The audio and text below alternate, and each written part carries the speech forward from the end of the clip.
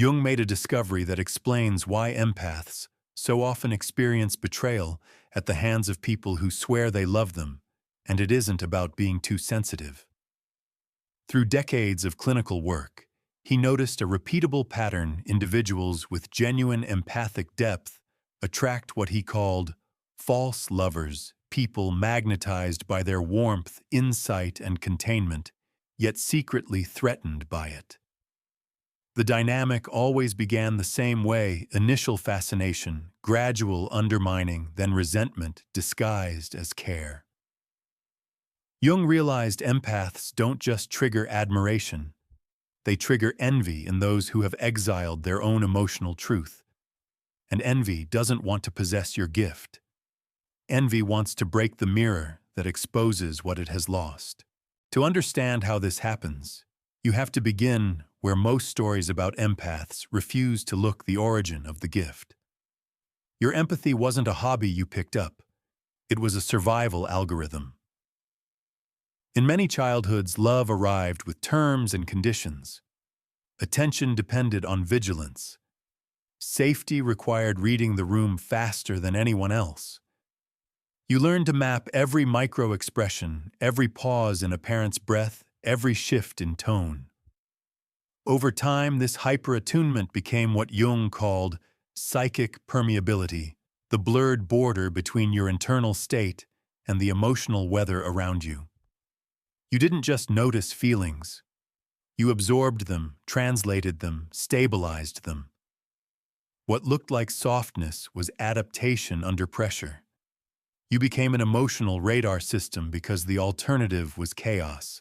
That radar is the very thing false lovers find irresistible at first. You meet someone, and they feel profoundly seen, often for the first time. You catch signals they've spent years ignoring. You articulate emotions they only felt as static. They call your sensitivity rare, beautiful, even otherworldly. You hear the praise and want to believe it, because it matches what you've always quietly suspected: this capacity is not ordinary. But underneath the idealization, a second process is already unfolding. By revealing their inner life so accurately, your empathy highlights their inner poverty. And where poverty meets a mirror, envy wakes up.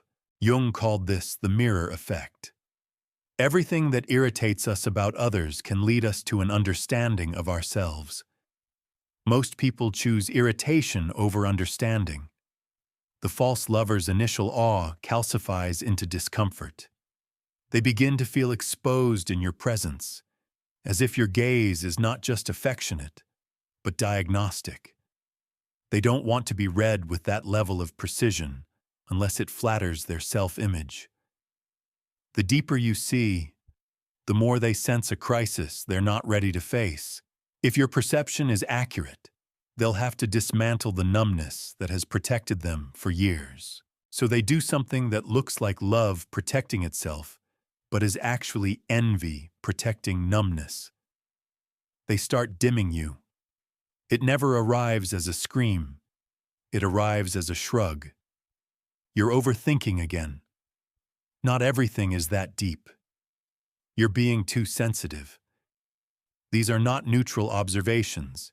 They are surgical interventions designed to cut away the very instrument that reveals the truth: your empathy. The subtext is simple. Please stop making me feel. Your authenticity summons the feelings they suppressed to survive.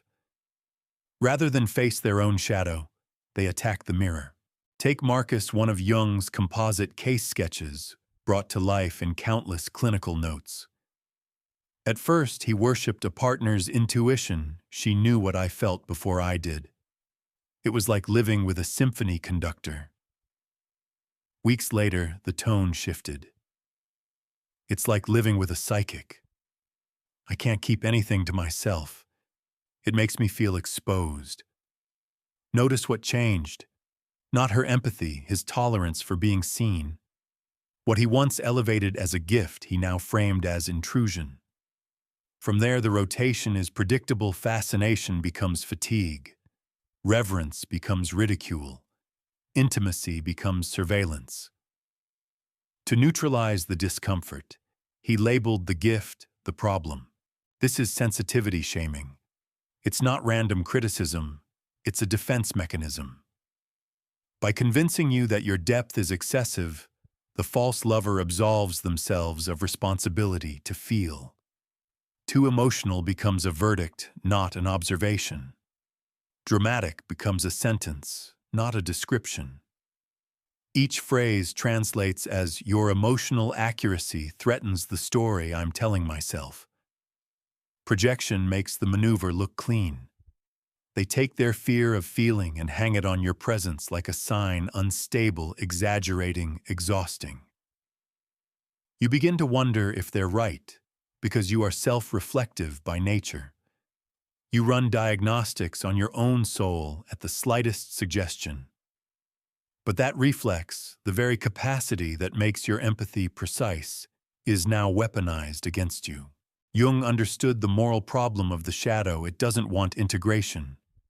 It wants a scapegoat. Envy is the shadow's most efficient instrument because it can hide inside compliments. The first stage is idealization, wrapped in language that sounds like celebration, but tastes like possession. You see right through me can mean, please take responsibility for my self-knowledge so I never have to. No one understands me like you do can mean, if you stop understanding me, I will call you selfish. In the idealization phase, your gift is not truly honored. It's outsourced. They expect you to feel for two. Then the dimming begins. It looks like small jokes at your expense in front of friends. It feels like eye rolls when you name what everyone else is refusing to say. It sounds like you're reading too much into things, even when the pattern you're noticing later proves true. These moments seem minor, but they are structural. They reframe your strength as a liability until the relationship's entire architecture balances on your doubt. That is the quiet victory of envy. The gifted person starts apologizing for the gift. Consider David a high-performing professional whose nervous system had been trained to anesthetize nuance for the sake of survival in a status-driven environment. When he met an empathic partner, he described the union like acquiring a superpower by association. She could read a room with terrifying accuracy. She detected the sorrow he didn't let himself feel after brutal days in court. She could name his restlessness without shaming it. But as those reflections accumulated, so did the pressure on his persona. Her insights made the mask unwearable. Instead of choosing vulnerability, he chose control. He interrupted her mid-sentence when she entered emotional territory. He laughed at depth. He rebranded her discernment as policing feelings police. Each move reduced her from mirror to menace. The envy felt justified because it wore the costume of boundaries, but it was never about space. It was about silence. There's a reason these dynamics repeat so consistently across empaths' histories. Envy is not just an emotion, it's a regulation strategy. Every time the false lover diminishes you, they get relief from the ache of their own disconnection. They feel momentarily safer in their chosen numbness. Relief is addictive. So the dimming becomes a schedule, a joke here, a critique there, a public minimization, a private freeze-out. You adapt again, this time not to a parent's moods, but to a partner's fragility. Your body remembers the old contract. If I manage the other person's comfort, I will be safe. Only now the price is different. You're not only managing their comfort, you're paying with your clarity. Jung mapped another layer beneath this persona relationship's connections, sustained by what each person provides to maintain the other's mask. In this economy, your empathy is a utility. It soothes, translates, absolves, anticipates. The false lover adores you as long as you make their dissociation livable. You are a ventilator for their emotions, and ventilators are rarely thanked. They are expected. The most sophisticated variant arrives when the false lover is emotionally literate enough to talk about feelings, but too defended to develop capacity. They turn your empathy into infrastructure for their personal processing. Trauma becomes currency. Disclosure becomes leverage. They hand you their storms and call it intimacy. You think it's healing because you grew up earning connection by carrying weather. But count the asymmetry when your storm arrives. Where do they go? Do they turn toward, or do they go quiet? Do they meet you at depth, or do they audit your tone? If you track conversations and exits with a pen, patterns emerge.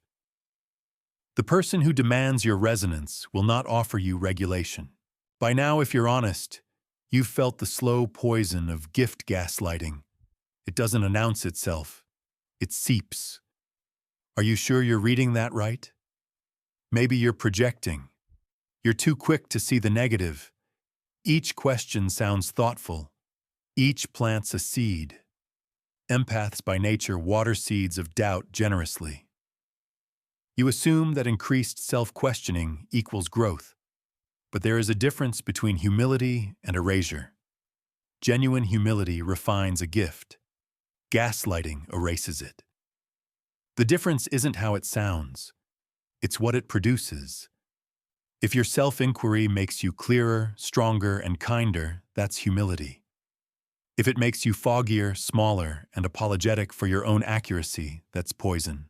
The worst part is the reality revision. Your body says they're angry. They say, I'm not angry. Your nervous system detects withdrawal. They insist nothing's changed. You name resentment in the air. They call you paranoid. Repeat that cycle long enough, and Jung's warning becomes your daily life psychic dissociation, a split between inner knowing and external narrative. The false lover's goal is not to improve your calibration. It's to replace your compass with their script. If they can make you doubt your readings, they can keep their shadow intact. At this point, something inside you rebels. You remember how often your radar has been right, how many times you sensed a crack before the group admitted the wall was breaking, how many times your intuition saved you when logic said stay. Jung's line surfaces like oxygen who looks outside dreams, who looks inside awakens. You realize the dream you've been sold is their comfort. The awakening is your own consent.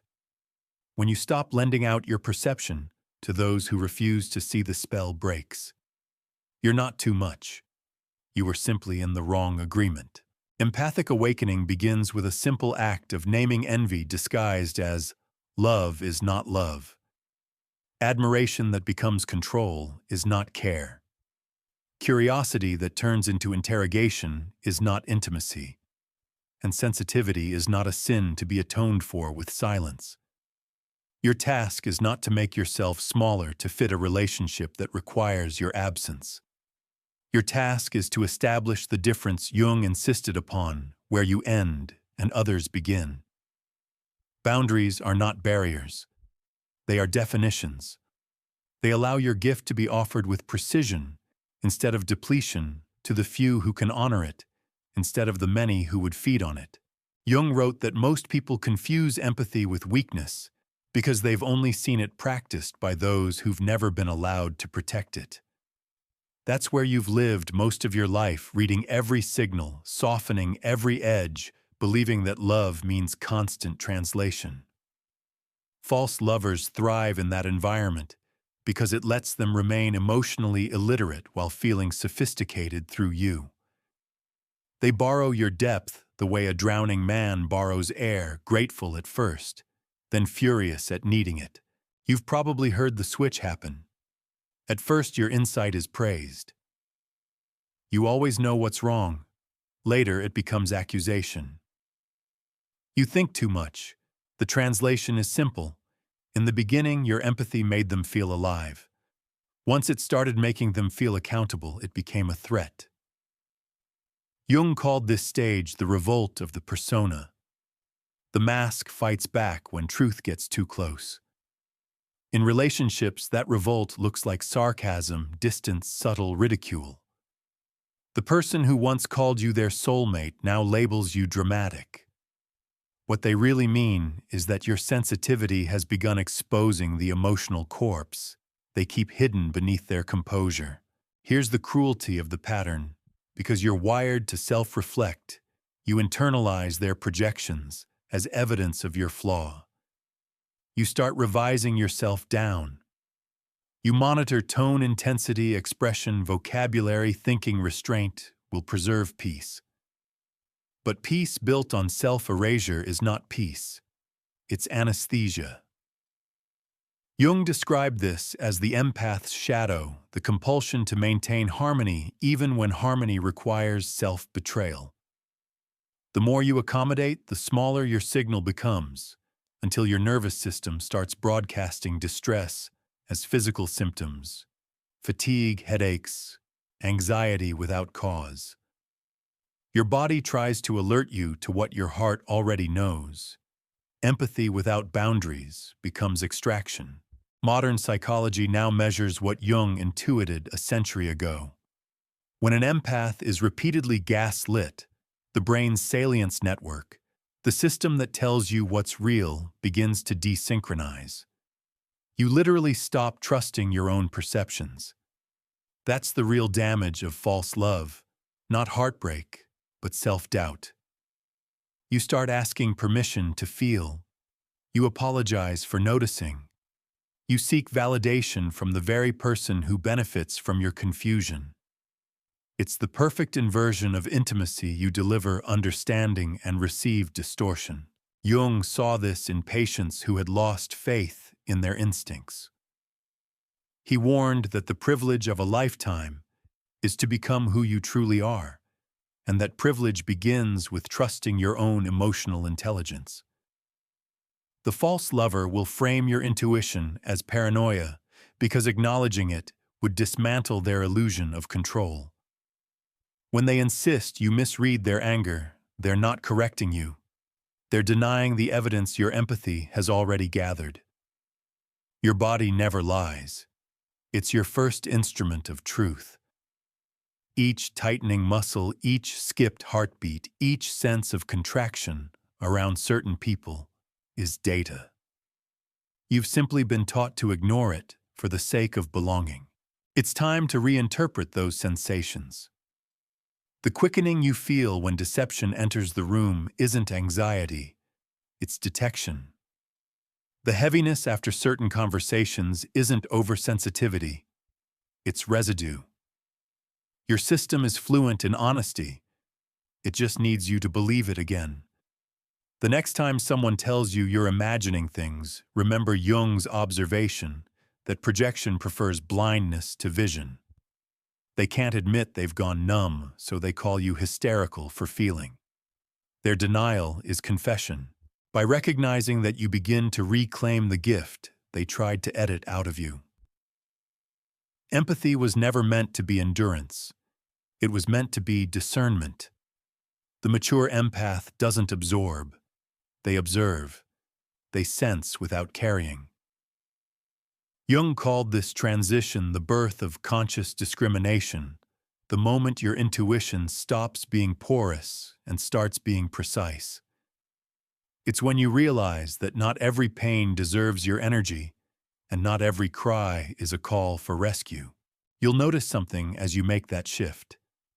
The same people who once accused you of being too emotional will suddenly call you cold. That's proof of progress. They've lost access to the emotional labor they mistook for love. What they experience as withdrawal is actually you returning to yourself. The silence they call distance is clarity taking root. You're no longer an open system for their unresolved material. Jung said that what you resist not only persists, but grows in size. By refusing to resist their chaos, you were feeding it. By stepping back, you starve it. That's when another dynamic reveals itself, what Jung termed the will to power. Where love rules, there is no will to power. Where power predominates, love is lacking. False lovers operate from power, not love. The more self-assured you become, the less control they have, so they escalate. They start calling independence selfishness, equating boundaries with rejection. They reinterpret your self-trust as arrogance. This escalation isn't random. It's the shadow's last stand. Your awakening threatens the ecosystem of denial they've built. They'll try to pull you back into the old role caretaker, interpreter, emotional regulator, because as long as you play it, they never have to meet themselves. Here is the truth. Jung offered his most wounded patients, the most terrifying thing is to accept oneself completely. That's why they fear you. You've accepted what they can't. Your empathy isn't just sensitivity, it's evidence of integration. You've faced emotion without running pain, without projection, love without control. That level of authenticity functions like light in a room full of sleepers. It wakes what wants to stay numb. No wonder it's called a trigger. Once you reach this stage, you start seeing every past relationship not as failure, but as fieldwork. Each betrayal, each slow erosion of your confidence was a lab where you studied the anatomy of projection. Jung taught that we repeat what we do not understand until it becomes conscious.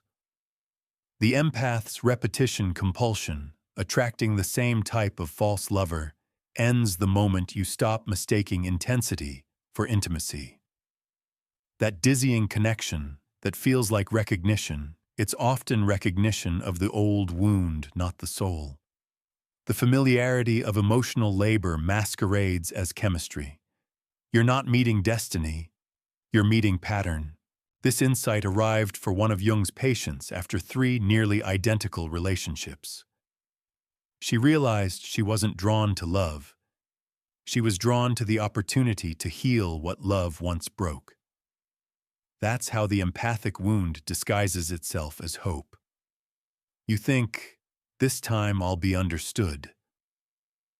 But what you're really saying is, this time I'll save the part of me that wasn't.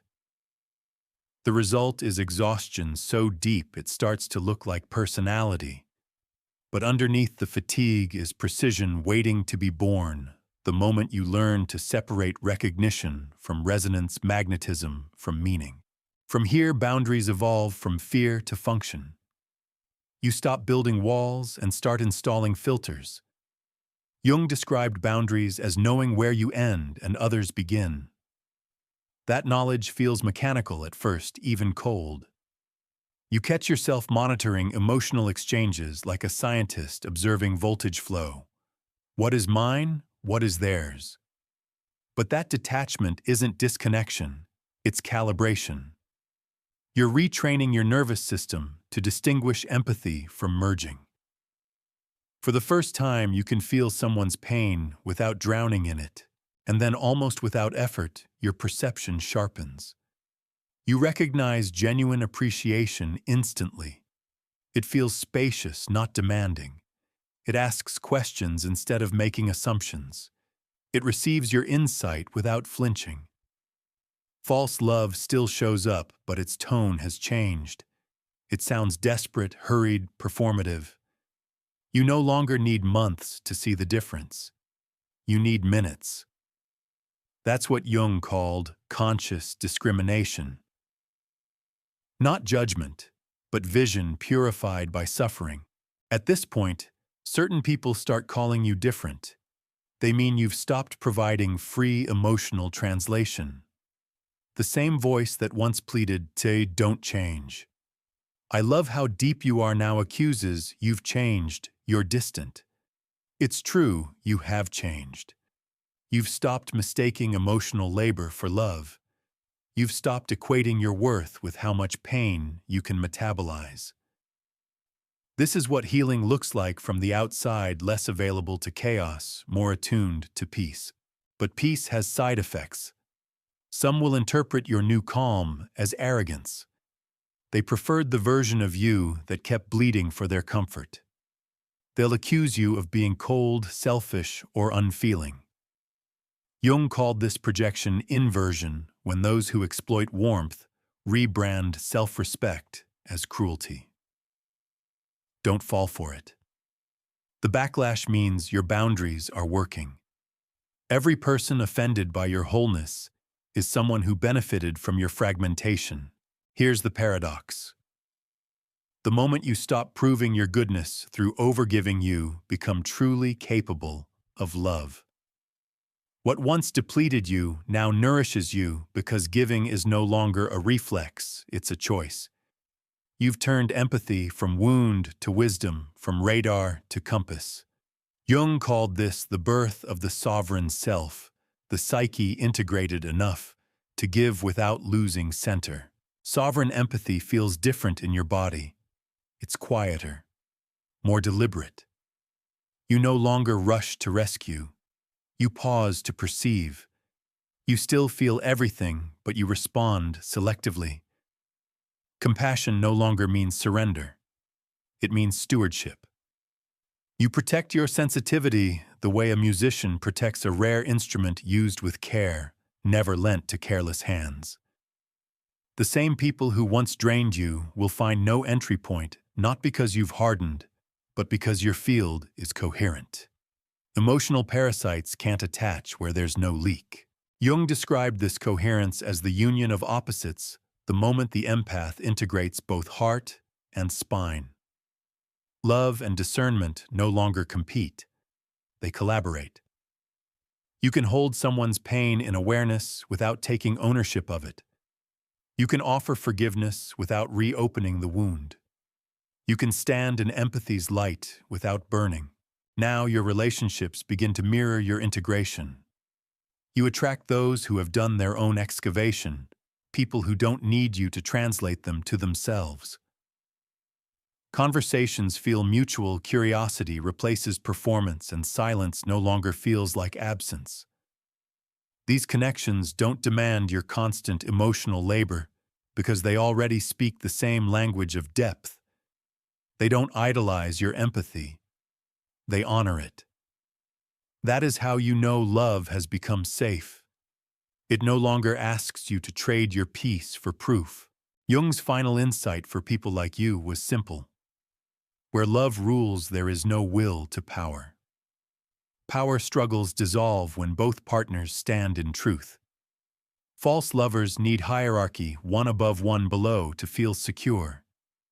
Genuine love thrives in equilibrium. It doesn't fear depth. It rests there. It doesn't need to win. It wants to witness. When you meet such love, your body will recognize it. Before your mind does, breath slows, shoulders drop, silence feels like home. This is the arrival point many call healing. But Jung called individuation the full acceptance of both sensitivity and strength. You are no longer the empath seeking rescue, nor the analyst dissecting patterns, but the integrated soul who can inhabit both roles when needed and then return to stillness. And from that stillness, something extraordinary happens. Your empathy becomes creative. You no longer just read emotions. You translate them into art service, teaching presence. The gift begins to generate rather than merely absorb. You become what Jung termed a light carrier, someone whose empathy illuminates without consuming. At this final stage, everything you once thought was damage begins to reveal its design. The exhaustion, the failed relationships, the endless self-questioning, they were all initiation. Jung said the psyche moves toward wholeness by whatever means necessary, even suffering. Your suffering was education. It taught you the physics of emotion, the architecture of projection, the mechanics of love and power. Now, with those lessons integrated, you can look back without bitterness. Every false lover was a teacher of discernment. Every betrayal, a calibration of truth. You notice something subtle in yourself now. Peace no longer feels foreign. You can sit in stillness without scanning for danger. You don't crave intensity as proof of connection. You can listen to another's pain without losing your center. That's how you know the empathic wound has become sovereign empathy. You haven't stopped feeling, you've stopped confusing feeling with obligation. Jung wrote that the acceptance of oneself is the essence of the whole moral problem. You've accepted that sensitivity isn't fragility, it's precision. It's how life speaks through you. From this clarity, new boundaries appear not as walls, but as geometry. Some people fit within your orbit, others drift away. You stop chasing explanations for why they can't meet you at depth. You understand it's not personal, it's developmental. Everyone's consciousness matures on its own timetable. You can love them without staying close. You can wish them well without reopening the door. Jung called this the final stage of individuation compassion without entanglement. Now your empathy operates as guidance, not gravity. It tells you where to go, who to trust, what to build. You feel its language as resonance expansion around truth contraction, around deceit. You no longer argue with that language. You simply listen. Decisions become quieter, cleaner, faster. You no longer need to justify them because inner alignment is its own evidence. The more you honor that instinct, the more life responds with synchronicity. The mysterious coincidences Jung believed were the universe's way of confirming alignment between the inner and outer worlds. People around you start to sense the shift, even if they can't name it. They feel steadier in your presence. They tell you they feel seen but not exposed, comforted without being analyzed. That's the difference between empathy from wound and empathy from wholeness. The wounded empath absorbs. The sovereign empath reflects. One depletes, the other replenishes. You've become a mirror that shows others their potential instead of their lack. And because you no longer confuse empathy with rescue, your reflection heals instead of hurts. Eventually, your attention turns outward again, not to fix others, but to contribute. The same sensitivity that once trapped you in overthinking now becomes your greatest instrument for creativity, leadership, and connection. You can sense what a team, a family, a community needs before they can articulate it. You can hold conflict without escalating it. You can design environments where authenticity feels safe. Jung believed that individuals who complete the journey from unconscious empathy to conscious compassion are essential to collective evolution. They reintroduce emotional intelligence into systems that have forgotten how to feel. The world, still largely driven by persona and power, may not understand you. It doesn't have to. Understanding was never the assignment. Embodiment is. Each time you live your truth, instead of explaining it, you expand what's possible for everyone else. That's what Jung meant when he wrote that individuation is not isolation, but participation in the world on new terms. You participate differently now, no longer as the absorber of emotion, but as the integrator of meaning. Look around your life today. The chaos that used to define your relationships is quieter. The conversations are fewer but deeper. The loneliness has changed texture. It feels less like absence and more like space. You've become comfortable being the mirror without needing to be the medicine. That balance, heart open, boundaries intact, is the final form of empathy Jung foresaw when he spoke of the wounded healer who has learned to draw power from the wound instead of bleeding from it. So when you meet someone new and they tell you you're harder to read than before, smile. It means your energy is coherent. When you sense envy disguised as affection, you'll recognize it immediately and walk away before it bites. When someone truly sees you, you'll know by the ease in your body. That's the gift you've earned, to trust the data of your own nervous system as divine intelligence. The circle closes here. You were once the mirror that people broke because it showed too much. Now you're the mirror that no longer shatters because it knows reflection isn't identity. You can love deeply and still let go, feel everything and still stay grounded, give endlessly without losing form. That is the evolution of the empath, the passage from reaction to awareness, from survival to sovereignty. You are no longer waiting to be understood. You understand. You see envy and know it for what it is, pain turned outward. You see manipulation and recognize fear disguised as control. You see love and finally you believe it.